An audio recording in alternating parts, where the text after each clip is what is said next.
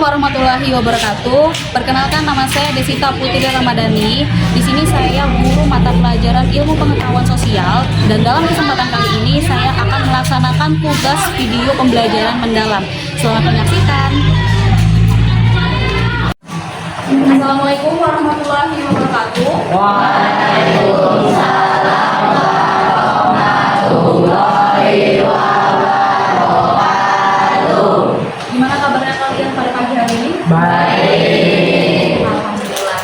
Oke, sebelum kita melaksanakan pembelajaran pada hari ini, saya mau baca doa dulu. Silakan dibantu pimpin baca doa semuanya. Duduk sikap. Siap. Marilah teman-teman dan guru, sebelum kita mulai pelajaran kita pada hari ini, marilah kita berdoa. Berdoa dimulai.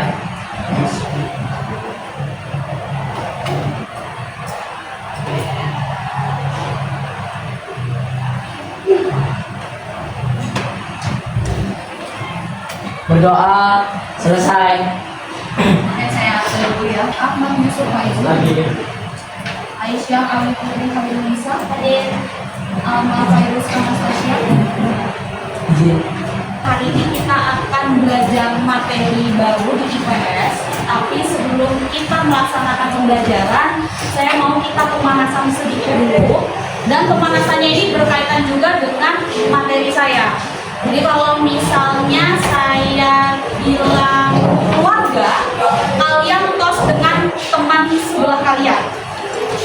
Kalau saya bilang sekolah, berarti kalian angkat tangan dan katakan siap. Kayak gini ya, tangannya begini ya, tangannya mengepal, siap. Nah, kalau saya bilang RT atau RW, kalian lambaikan tangan. Ya. Nah, silakan berdiri dulu semuanya, kita coba ya. Kalau saya bilang sekolah, coba sekolah. Sekolah. RT atau RW? Kalau keluarga, ini masih kurang kompak ini, kita coba dulu ya. Keluarga, sekolah, sekolah,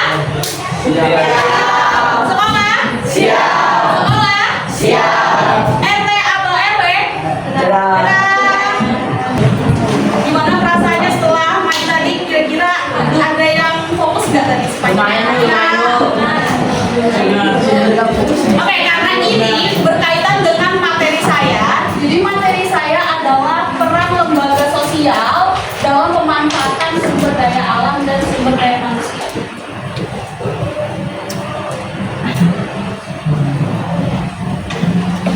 Jadi tujuan kita buat belajar hari ini adalah supaya kalian itu bisa mengidentifikasi pengertian lembaga sosial, lalu kalian juga bisa menjelasin peran lembaga sosial dalam mengatur pemanfaatan sumber daya alam dan juga mengatur pemanfaatan sumber daya manusia. Jadi ini adalah 3 poin tujuan pembelajaran kita hari ini.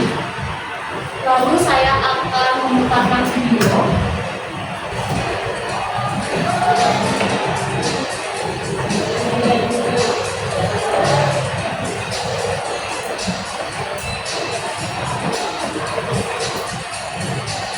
Pernah nggak kalian menemukan kegiatan seperti ini di tempat tinggal kalian?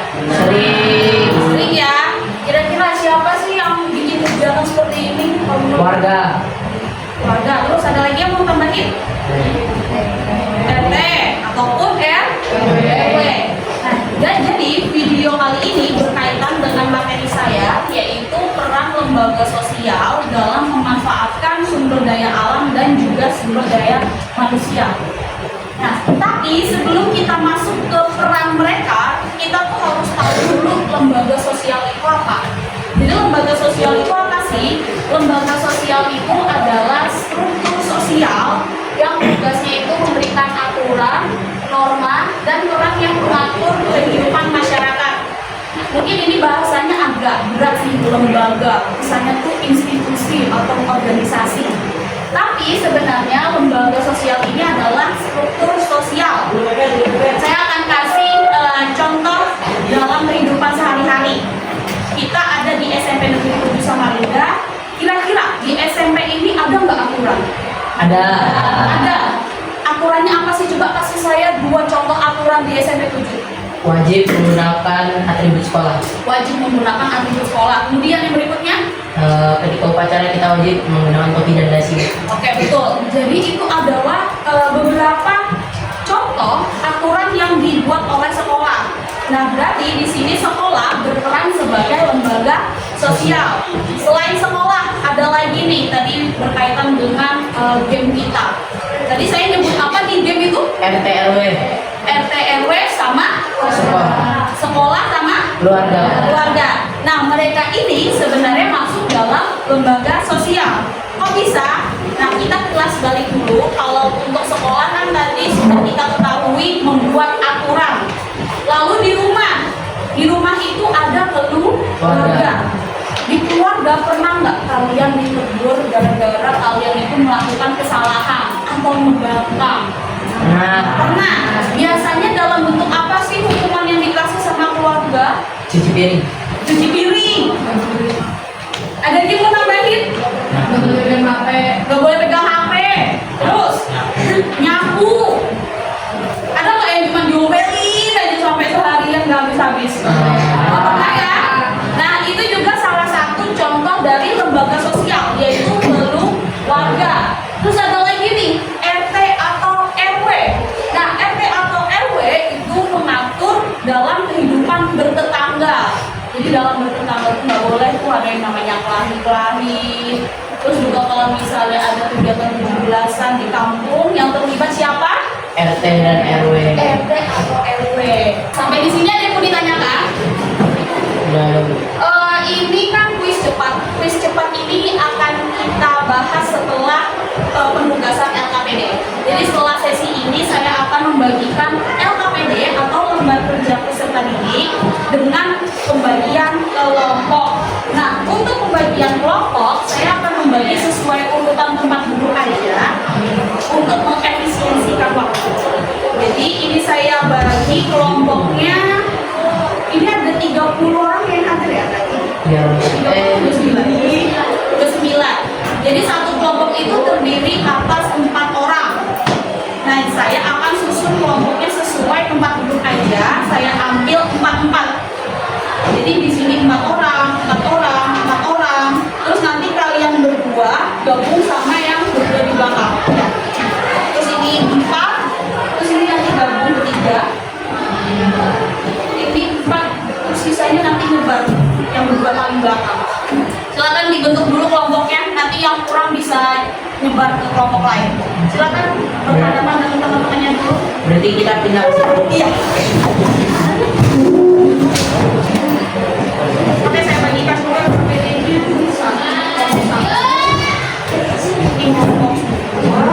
Di LKPD ini kalian bisa baca dulu petunjuk pengerjaannya.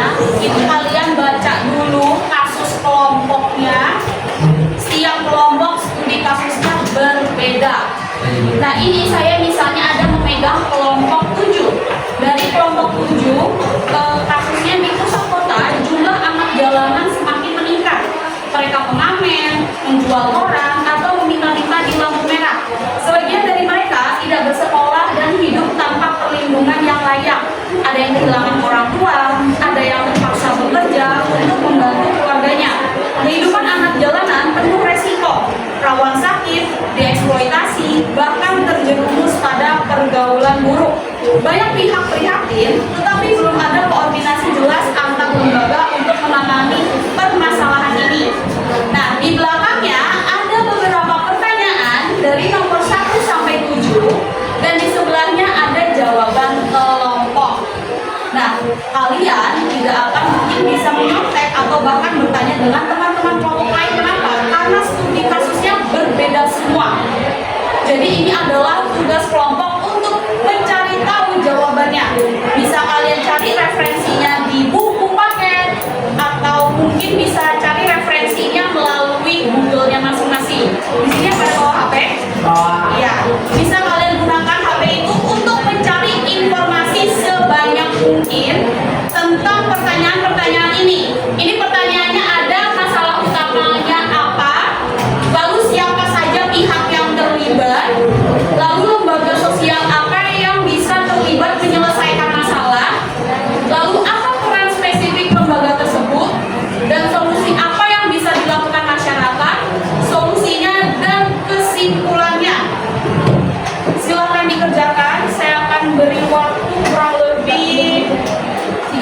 lah. Nanti akan saya cek kembali kalian.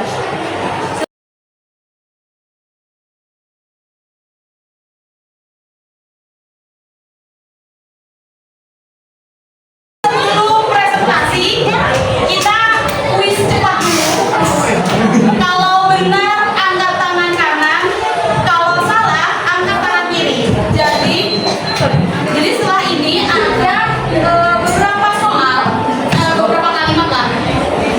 Contohnya ini, kita mulai dari sekarang. Proklamasi kemerdekaan Indonesia dibacakan pada tanggal 17 Agustus 1945. Benar kan? Kalau benar angkat tangan kanan, silakan diangkat. Oke, kita lanjut lagi. Kasih pemanasan. Lembaga sosial tidak bisa membantu korban bencana alam. Berarti angkat tangan kiri. Oke, silakan diangkat tangan kirinya.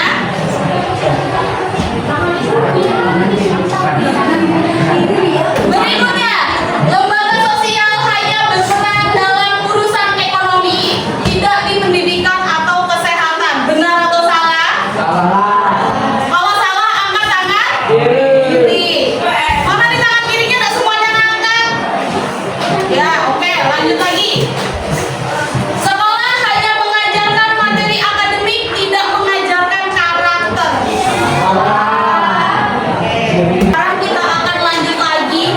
Untuk menentukan siapa yang akan maju, saya ambil 2 kelompok saja. Ini dia. Sebentar, saya mulai. 1, 2, 3.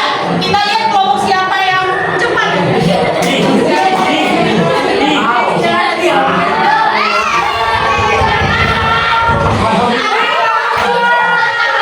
Kelompok pertama yang maju adalah kelompok 2.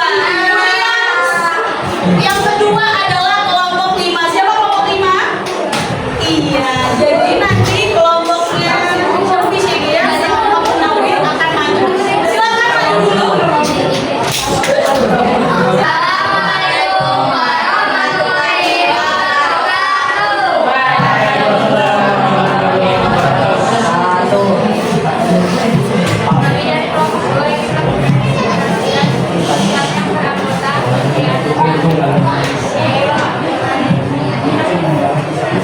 Pertanyaan pertama adalah apa masalah utama dan kasus yang paling dapatkan? Jawabannya banyak anak putus sekolah karena biaya pendidikan tinggi, orang tua dan rendah dan anak lebih memilih membantu bekerja.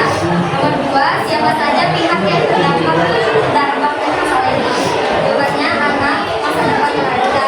Orang tua, kesulitan ekonomi, guru, masyarakat desa,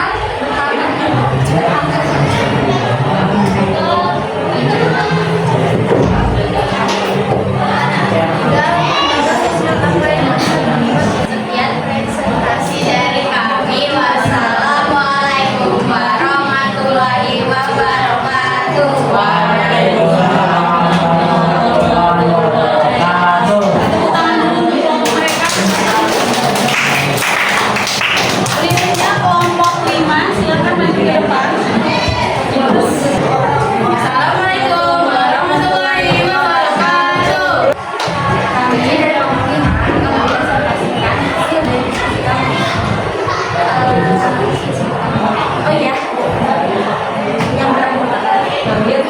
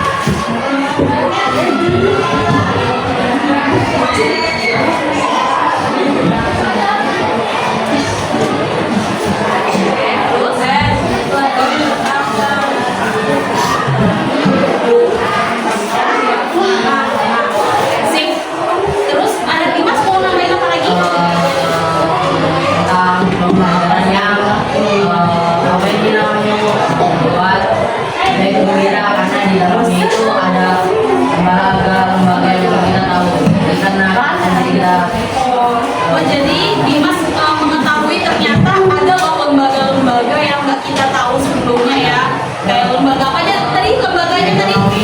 Coba sebutkan bareng-bareng, ada 5 lembaga. Lembaga apa aja tadi? Ekonomi, terus keluarga, pendidikan,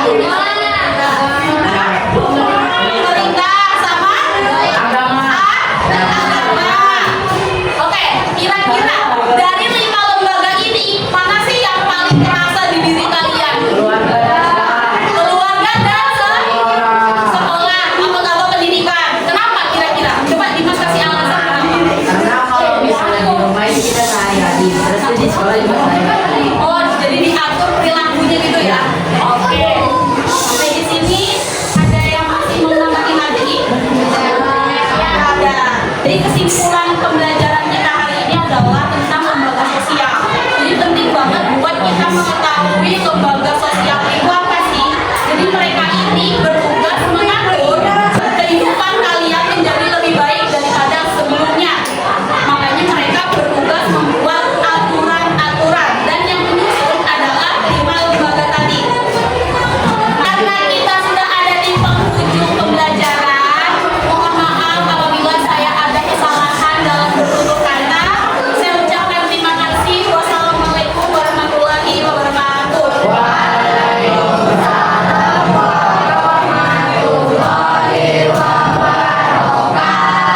Silakan dipimpin baca doa selesai belajar. Duduk sikap. Nah, marilah teman-teman guru, setelah selesai belajar kita pada hari ini, marilah kita berdoa. Doa dimulai.